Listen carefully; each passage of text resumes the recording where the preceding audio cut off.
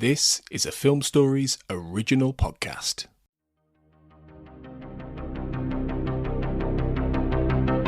This is Writers on Film, the only podcast dedicated to books on cinema.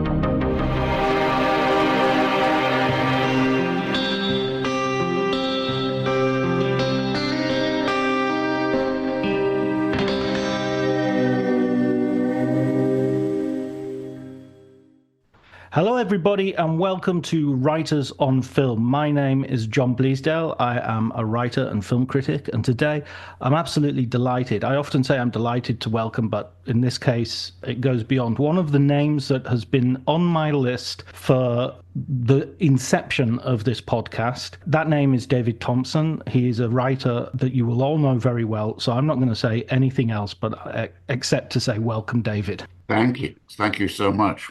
I've been reading your books for so many years, and I think the last one I read was How to Watch a Film. And you have this autobiographical way of addressing the film watching experience. You talk about your childhood, you talk about entering the cinema. At what point of that film going experience did you start thinking, I'm going to write about film? I'm looking at this with an angle which is not only the spectator, but there's something, I'm going to communicate this. Well, in my teens, I guess about 14 or so, when I was, I suppose, studying to try to get into Oxford or Cambridge, my mother quietly and calmly, because she was like that, said, you know, you're spending so much time going to the movies, and I wonder if it's eating into the time that you should be reading Paradise Lost or whatever. And she said, what I'd like you to do is to start writing something about the films you see. And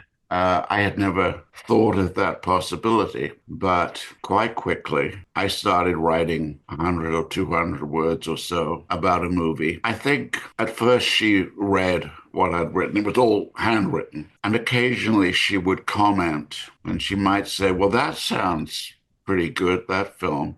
Maybe we should go and see it again together. And I guess in the course of 3 or 4 years, I accumulated, I don't have them. I regret that, although I think I'd be horribly embarrassed by them, but probably accumulated 100 or so, not quite film reviews, but comments about films, you know. And it was an extraordinary education for me in that I had simply gone to the movies and absorbed them in the way we do, and still do, I think. But I hadn't dreamed that it was a thing that you could sort of step back from and ask yourself what you felt about a movie. And it was a profound practice and part of my very good relationship with my mother. And by the time I didn't go to Oxford and went to the London School of Film Technique instead, I discovered there that whereas there were people there who knew how to work a camera in ways I couldn't dream of, I could talk about a film in ways they couldn't match. So, you know, I mean, at that stage, my chief ambition was to make films. But the idea of commenting on them in some way, it was there beneath the surface. Were you already very decided on your opinions? I remember a certain point where I was just so overjoyed to go and see movies that it took me quite a long time before I realized that a bad movie could exist. You know, I was just, you know, it was just like, oh, of course, movies are per se great. And then I saw a particularly bad movie and it was almost a revelation where I thought, hang on a minute, this is bad. Yeah. I don't think I recall separating movies as a kid into good and bad. They all had an intensity for me that's what it was about. What it was about for me was to believe I was in the screen with the film. I was participating. And, you know, one can call that identification, fantasy, madness. All of those things are there available, but I went to be somewhere else, to be in the screen. And when I look back, and I can remember certain films I saw early on, which maybe were not as intense as like Red River or Meet Me in St. Louis, a couple of films that just moved me so much when I first saw them. And in looking back, I can see that some of the others were lesser films, but I didn't care. And I still find myself at this age.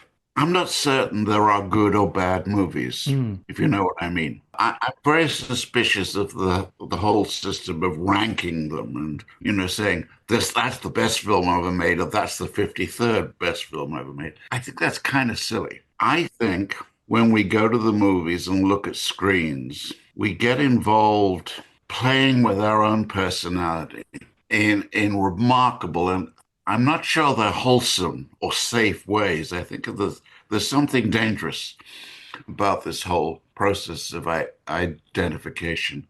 But I think for me, that's what it's about. And I mean, I'm still thinking I'm writing about films as much as I ever have done. But it is in that, it's in terms of that sort of fantasy involvement. I like some films more than others, but I like to see almost any film.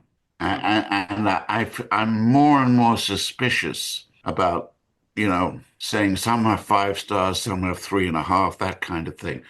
I think that's very artificial and silly. People today watch screens all the time. I mean, you and I are talking and we're doing it for sound, but we can see each other. Right. And seeing each other when the other person is not really here is an amazing transformation of reality. And at my advanced age, I feel I'm still grappling with that and trying to come to terms with it. There's a strange thing that when I started watching films in the 1970s and 80s, a lot of those actors were still alive. And increasingly, we're looking at those old films and not only are the actors gone, but everybody in the film is gone. So we're really looking at shadows from a bygone era, but not in a sort of hooray for Hollywood sort of way, in a kind of the ghost in the machine, somewhat deeper and, as you said, more dangerous and frightening sometimes. Yeah. And for me, coming to America was a huge step in so many ways, but not least in that I started meeting some of the people I had been seeing on screen for a long time. And I as a kid, I had been an absolute sucker for A Place in the Sun. And I had lunch with Elizabeth Taylor one day. And the amazement in discovering that she was cheeky and smart, funny, hurt sometimes, just like a real person. It was a sort of dazzling occasion. And I've only met and talked to a certain number of movie people, but I get enormous pleasure. I always find actors very interesting people to talk to. I don't think they believe they are interesting, but people who have done a massive pretending all through their life, I find fascinating, because I think one of the things the movies have done is to teach us all to be a little bit of an actor. Again, I'm not sure that's a good thing or a bad thing. We do seem in so many ways to be getting deeper and deeper into madness. And I don't excuse the movies for some responsibility. I see a funny side to it, I think. I mean, I always used to, again, apologies for sort of harking back to our childhoods, but that's where we have that first, as you say, very intense relationship with films. But I did a whole raft of ridiculous hobbies because of the movies. I got interested in archaeology because of Indiana Jones. I even went boxing because a terrible sort of working man's club because of Rocky. I did karate because of Karate Kid. Loads of very bad life choices purely because of the movie. Well, I mean, I remember when my wife and I moved from the East Coast of America to the West Coast, we started just driving to explore and going to Monument Valley. It was just staggering. It's a long way from anywhere, so it's quite a hard drive. And the weather there can be very extreme. But feeling that I was driving into a screen that I sort of knew quite well from the Ford films, but from other films too. And in America, I think, which obviously has been the location for so many films that I grew up on. The feeling of these places being tied up with their screen history is just amazing. The burning of Los Angeles, which I have not seen at the moment, I obviously have been there a great deal. The idea of those locations being changed, transformed, is so emotional for me. And I think for people in the film business in LA, what's happened recently, it's just a staggering emotional shock. And I think it's going to come out in films, but in other forms of life too. The way in which places are solidly actual and real, you can go there. But the way in which they are moving photographs in your mind is quite extraordinary, I think. It's so interesting how everything is imaginary because that's how we perceive reality. But then there is this layer of reality there that you can go and stand, as you say, Valley. I stood in front of the Texas Chainsaw House and felt the shivers of being there, even though it's been converted into a rather bijou restaurant and boarding house. So it's still there, though. It's still recognizable. Yeah. I mean, you have these ideas of very solid connections, I feel, because your books are so populated by people. I mean, the most famous example of that would be the Biographical Dictionary of Film, which is just a masterpiece of writing and scholarship and breadth. And I was reading after David Lynch's passing recently. I read your entry, as I often do, when anything happens in the film world or I'm about to watch a film. I read the entry on David Lynch. I just loved the way you sort of you steer between this appreciation of his work, and especially when it comes to something like Blue Velvet and Mulholland Drive, but also a sort of a broader recognition of the man. It was a really interesting item to read. I mean, that book changed. I was writing it, and that book was written in England. Right. I didn't come to America at all until 73, and I wrote the book from 71 through to 75. And initially, it was going to be a sort of encyclopedia of film, and there would be entries on the studios, the different countries, technical terms, things like that, as well as entries on people. And as I began writing it, I discovered that I found writing about what a tracking shot is rather tedious. I think I would find it much more interesting now. But the pieces on the people, they really turned me on, excited me. And I have a enormous interest in the creative mind. And as I said earlier, coming to America and meeting a lot of the people who had been almost mythical figures for me. Not always the best conversationalists, certainly not the best explainers of what they were doing. I mean, David Lynch, I met the day I saw Blue Velvet, I think, and I was completely bowled over by the film, and I was sort of incoherent about it because I was so excited by it, but so was he.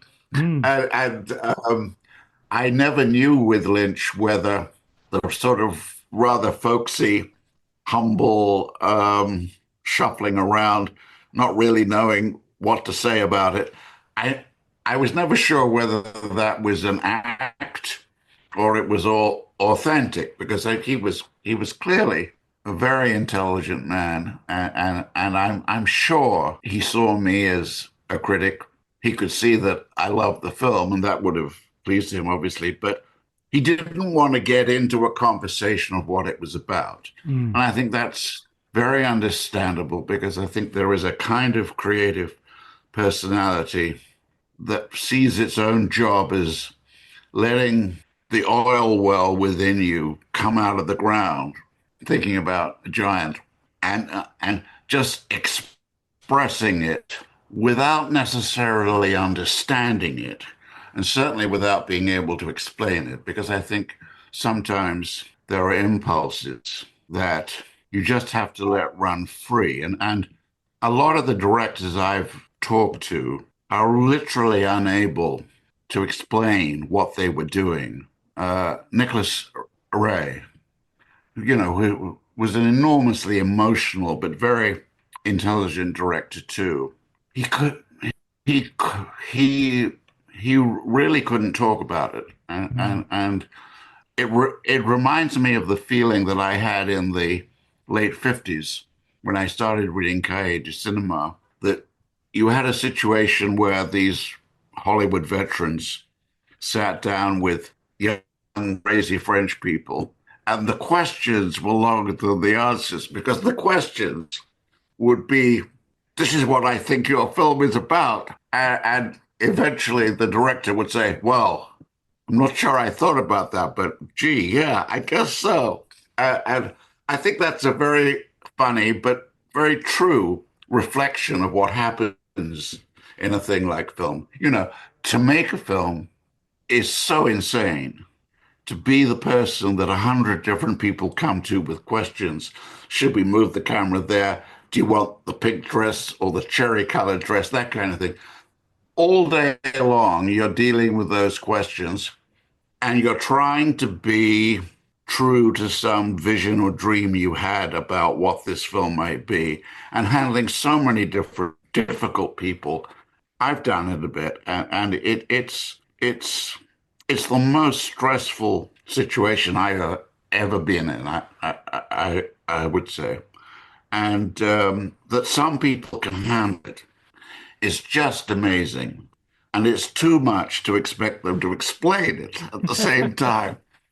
So, there is a way in which film commentary is about that. I mean, your book on Terence Malick, which I've just read, is a tremendous attempt to say what some very complicated but deeply buried films, if you know what I mean. There are things way below the surface in Malick. And I think that's what people like you and me should try to do. And I think that I think maybe the art of film commentary is not as rich as it used to be.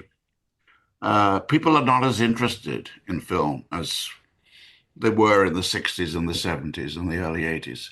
But I think that's the job. And whether you're teaching or whether you're just writing about stuff, or even whether you're making a film, it's a challenge to get the intensity into a form that other people can see. I wanted to ask you as well about, in terms of sort of explaining films, there are also those directors, and it sort of goes with their modus operandi of how they might deal with matters on the set.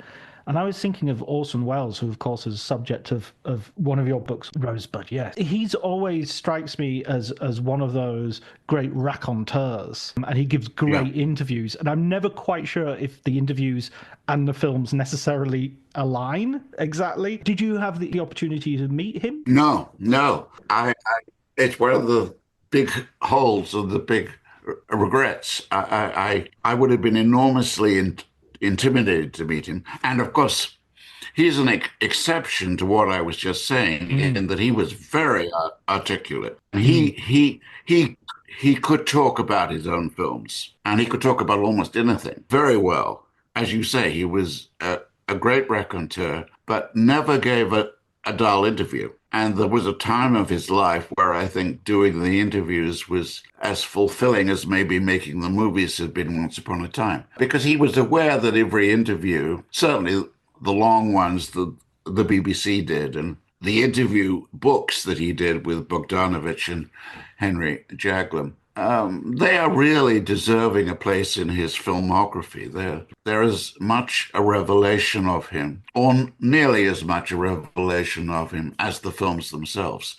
But no, I never met him, and I regret that deeply. But I remember talking to someone. Well, I've talked to several people who have been involved with him in one way or another, and it just feels like even talking to someone one removed from Wells feels like something of a privilege. Yes. Yeah. Another aspect of your writing, which I really I really loved, is the way you've already talked about how you sort of transgress the lines, but that sometimes other people draw between sort of critic and practitioner, even though lots of critics have done that. You know, Truffaut and Godard have gone from being critics to being filmmakers, and you've done that yourself to some extent. But the book I where you do this in a way which I found so creative and interesting was Suspects, where you use fiction as a form of I was going to say it's a form of criticism, but it's not even that. It's just such a freeing, liberating idea of looking at these people from a different aspect. And I guess today we would talk about them living in a shared universe or something. But the universe that you're talking about is almost like it's the movie verse, really. How did that book come about, and when are we going to get the sequel? Well, I'll come to that in a moment. Someone wrote to me and said, this was after the Biographical Dictionary had appeared, what about a biographical dictionary of characters? And I was immediately aroused by that. And I responded, well, I'd love to do it or try it, but I think I have to make a world in which these characters exist. Therefore, I think it has to be done in one genre. And film noir seems to me a very enclosed genre. And the publisher said, sure, go ahead. I began to make a list of characters who might be in the book. I sketched a few of these lives out.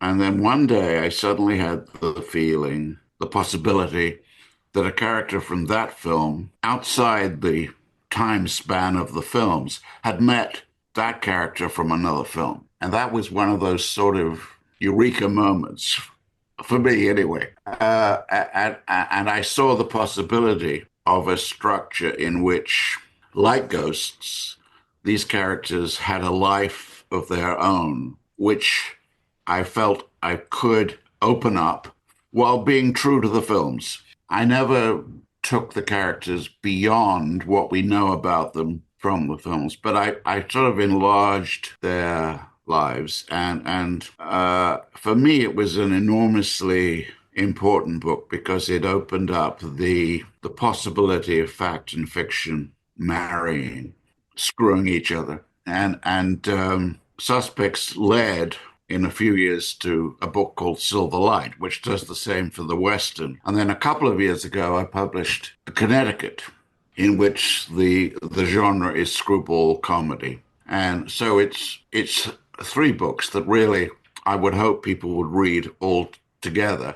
And I think I would own up to it being a grand act of theft or appropriation and a measure of insanity, because it is crazy. But I have found a lot of people have come to me and said, it really helped me understand the films because you get at the atmosphere of the genres. And, you know, I think that one of the enormous appeals for me as a kid, and the kid who is now 83, in American genres is that they are locations of the mind where one can live and spend one's life. And I always find particularly entertaining. There is a big coterie out here on the West Coast, particularly in the Bay Area, for film noir because of the way Eddie Muller has made such a tribute to it. And you know, these people who lead very plain, timid lives, they sort of begin to act like characters from film noir. It's enormously entertaining. And, you know, you're in the film world. You know as well as I do how many people, in a quite respectable way, are walking fantasists. They are living out some legend from the screen. And certainly I have that feeling, and I'm unashamed of it. I think maybe there is something shaming in it, but I refuse to be cast down by it. That's the way I am. And I think that's the way a lot of people are. And I discover, or I find, observe, that if you ask people to talk about the films that mean a lot to them, they can do a top 10. as if they're in a Sight and Sound poll, and it's a very worthy list. But beneath it, there is another 10, which are the films they saw between the ages of, let's say, 16. Those are the films that really live with them. The Where Eagles Dare and Yeah, that's right. That's right. Carry On Yeah, yeah. Cleo. There you are. There you are.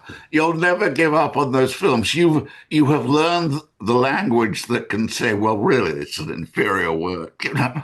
But in your imagination, in your memory, it's never going to go away. And I would love to dare to do a top 10 are simply silly films that mean so much to you. Films that you don't want to defend on any, Yes. other than the pure joy of them, Absolutely, absolutely, yeah.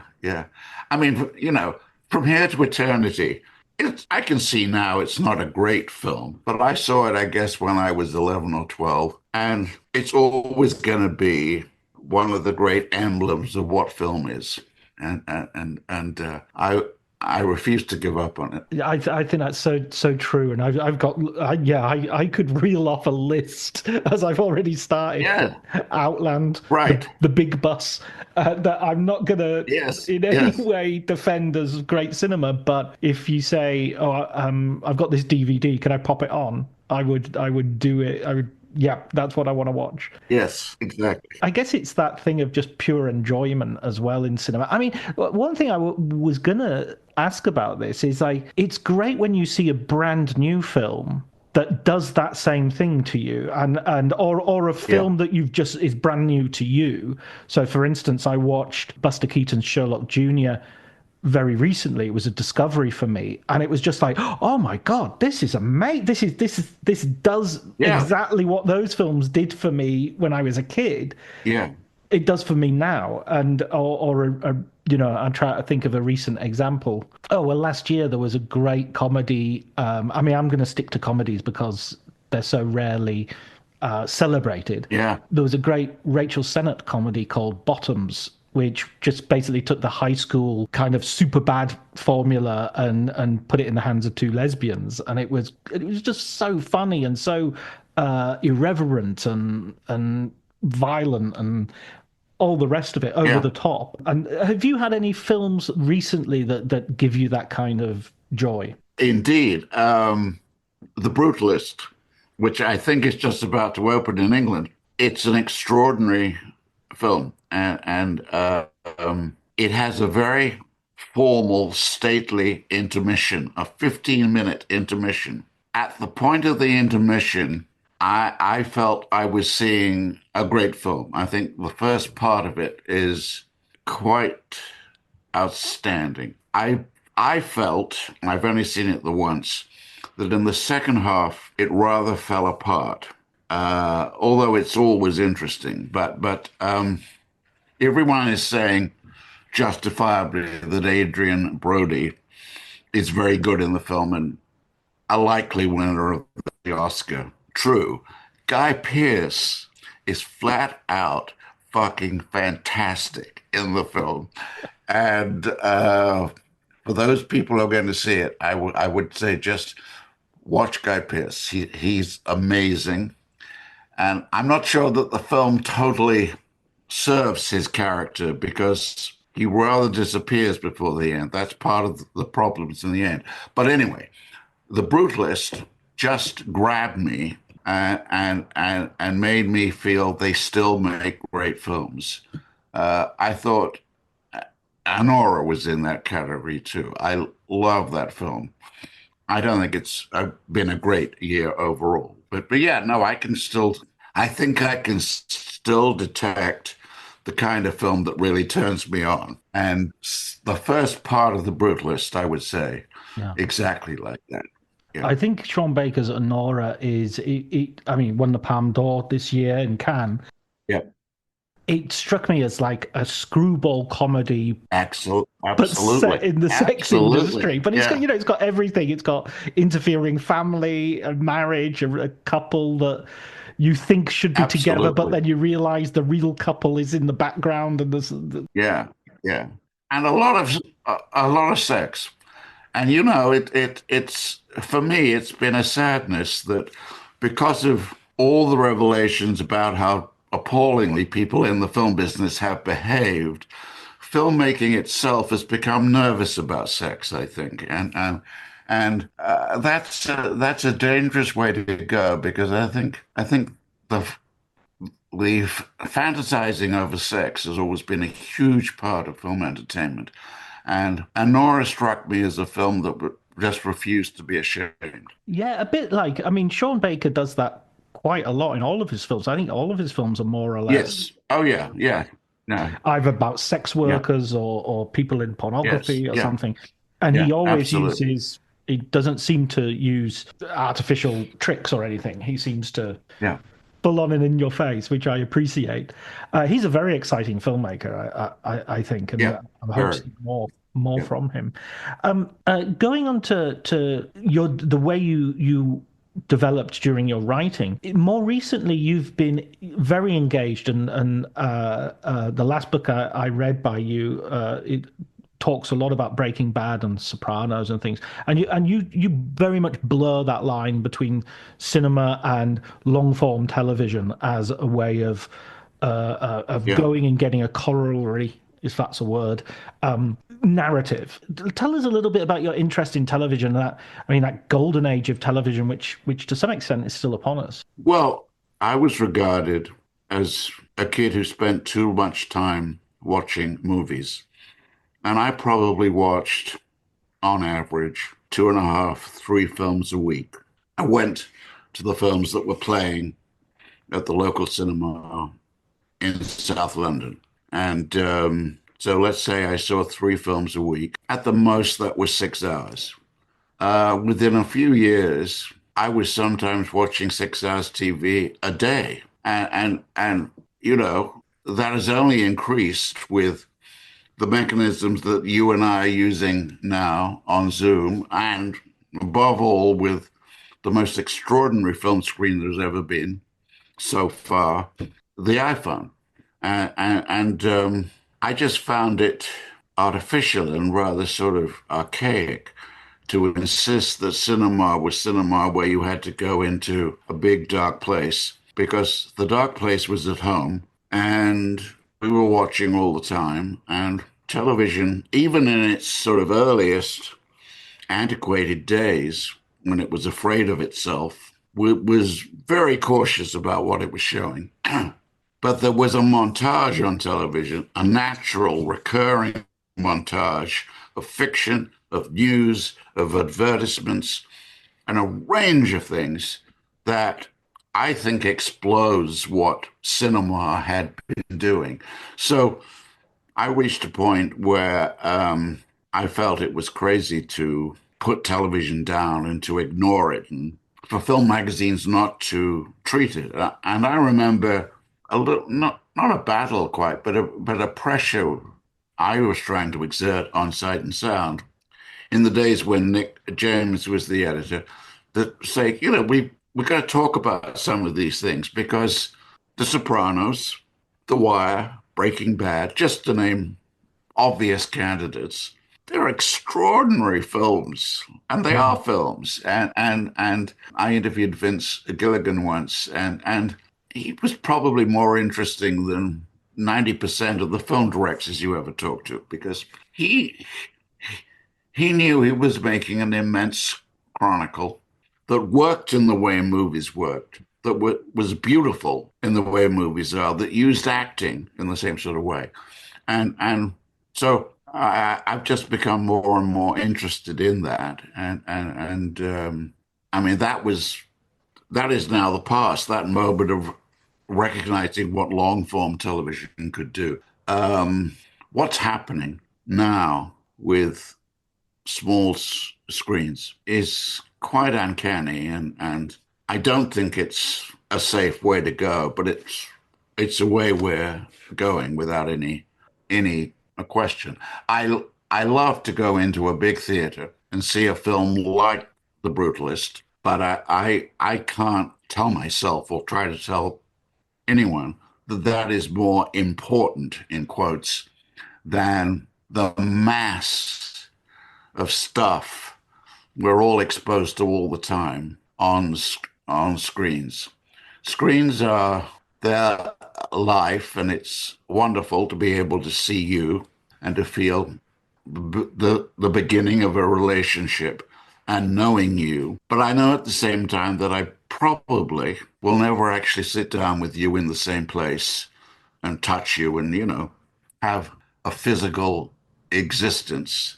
You're going to be a screened person for me. And that's an amazing extension of the way we try to live. I always think of, I think it was Niels Bohr and Einstein when they had that famous argument about, God can't create the universe like this. Stop telling God how he can, what to do with the universe. Yeah. And I sort of feel like that about culture. You can't tell the culture, I disapprove of you, stop doing this, because the culture is going to do what it wants to do, Yeah. Yeah. Well, I mean, I'm playing with the idea at the moment of a book that treats Donald Trump as an actor only, and it's an incredible possibility that way beyond electing Ronald Reagan as a president, we have elected a man who simply cannot exist without acting his own role, and the Dr. Mabuse-like possibilities in where he's going and where we're going to have to go to. We're in a horror movie. And it's kind of a problem with the culture trying to respond to him as well, is there's no exaggeration which is going to be enough. Exactly. Yeah. I'm really interested about that. Are you going to sort of include sort of like his Home Alone 2 cameo? And that would be... do it.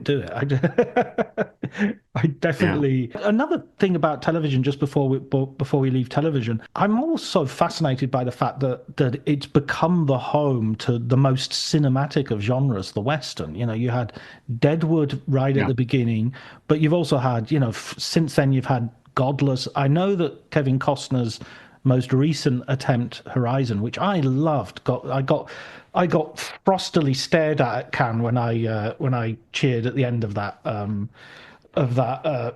part one of his sort of 3 or 4 part epic. But even that seems to be ultimately designed for television, even though it's amazing on the big screen. But something as cinematic as television, as the Western is finding its true home on television. So it's kind of like, if cinema isn't doing the Western, then it really doesn't have any argument against television. If you see what I mean?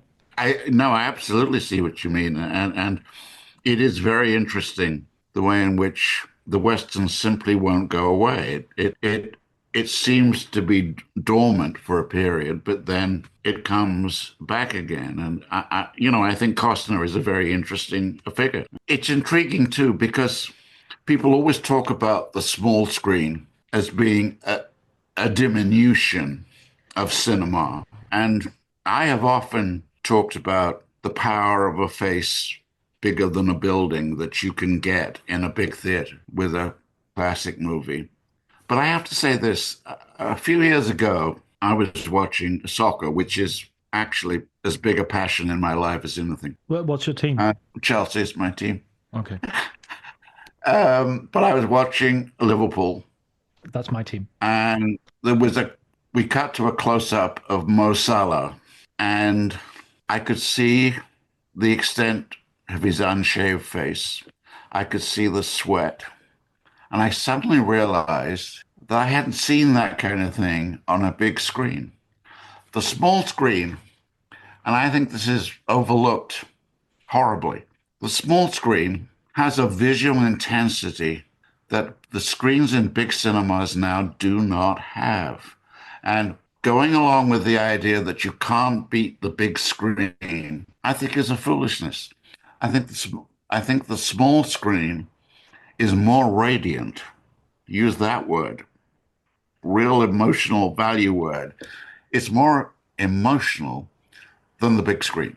The standards of projection in our big screens are terrible nowadays. A lot of places have wretched sound, when in theory, the medium should be at its technological best.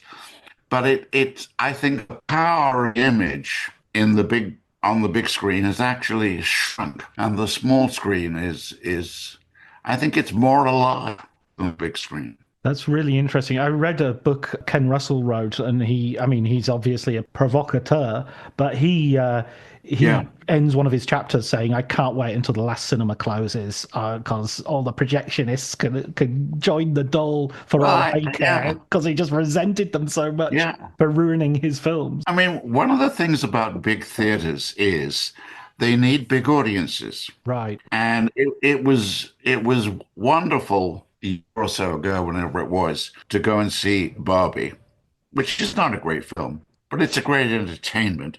And the source of the entertainment was that it was hard to get in. Hmm. It was packed with young people who were having a wonderful time. And it made me realize how seldom lately I had been in packed cinemas.